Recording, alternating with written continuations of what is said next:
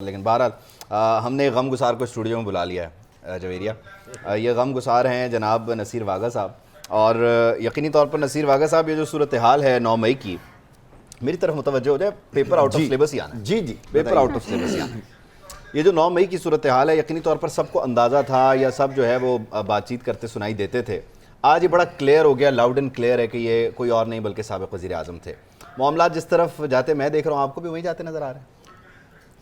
कह तो आप सही रहे हैं, लेकिन अब देखना है कि आगे होता क्या है। असल सवाल तो ये है, उबैद साहब, हम जहां भी जाते हैं ना एज ए जर्नलिस्ट, लोग हमसे एक सवाल करते हैं, आगे क्या होने वाला है, कल क्या होगा, परसों क्या होगा, पाकिस्तान का मुस्तकबिल क्या है। ये सवाल जो है ना, इसने पाकिस्तानियों को बीमार कर दिया है, ज़हनी अजियत में मुब्तला कर दिया है तमाम पाकिस्तानियों को। 9 मई का वाक़या हो गया, उस दिन से आज तक बहुत सारी डेवलपमेंट्स हुई। आपने देखा, जैसे जवेरिया ने अभी एक शेर पढ़ा है, तो मुझे उससे एक बात याद आ गई, एक शेर याद आ गया, अल्लाह खैर, कि न जाने कौन सा आसेब आ बसा है दिल में, कि जो भी ठहरा मकान छोड़ गया। वो जो बादलों से भी मुझको छुपा के रखता था, बड़ी है धूप तो बेसाइबां छोड़ गया।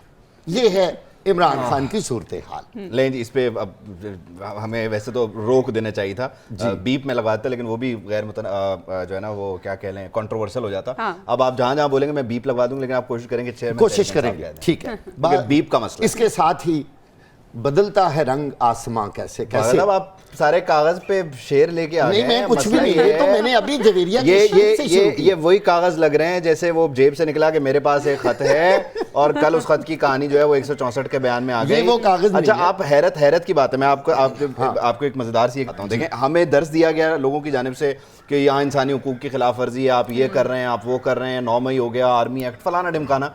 इन मुल्कों में जब खुद कुछ हुआ, इन्होंने क्या किया, जरा इस पर एक रिपोर्ट तैयार है, तो आप देखें कि ये कैसे करते हैं और हमें क्या आप दर्ज दे रहे हैं, भाषण दे रहे हैं।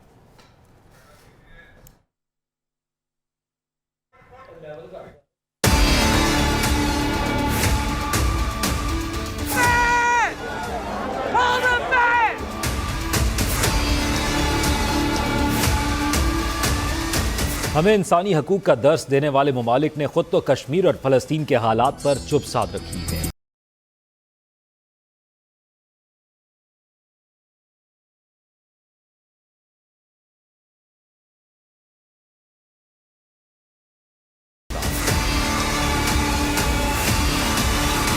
जनवरी 2021 डोनाल्ड ट्रंप के हामियों ने सदारती इंतखाब के नताइज मुस्तरद करते हुए अमरीकी कानून साज असम्बली पर धावा बोला, तोड़ फोड़, जलाओ घेराव किया।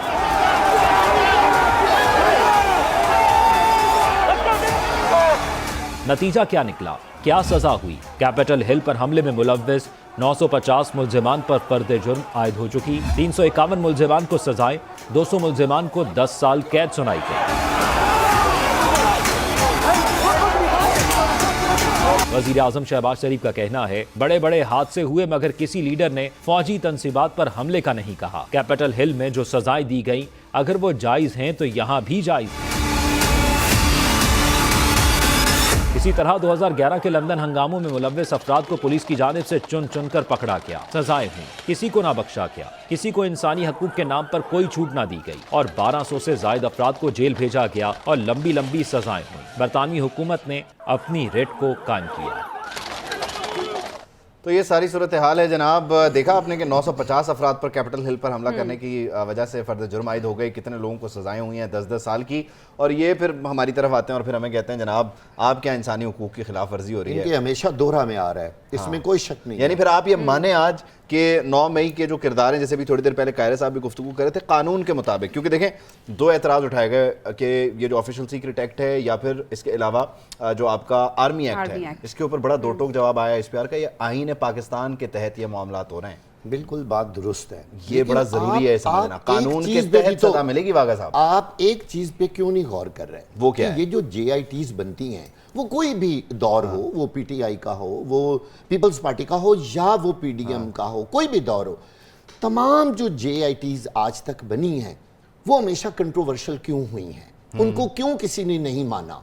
मजा तब होता है मैं किसी एक पार्टी की बात नहीं कर रहा, किसी की पार्टी में भी जब भी जेआईटी बनी है, मजा तब आता है कि दोनों पार्टियों अब की जिस मर्जी पर से। इल्जाम है और जिस पर साबित हो रहा है, देखिए, उसने तो नहीं मानना ना कि हाँ ये जेआईटी ठीक कह रही है, मैं मुजरिम हूं। आप मेरी बात तो उसने तो फाइट करना है ना वागा आप साहब। एक ऐसी ज्वाइंट जो जेआईटी बनाते हैं इम्पार्शियल बनाएं। यहां प्रॉब्लम क्या है?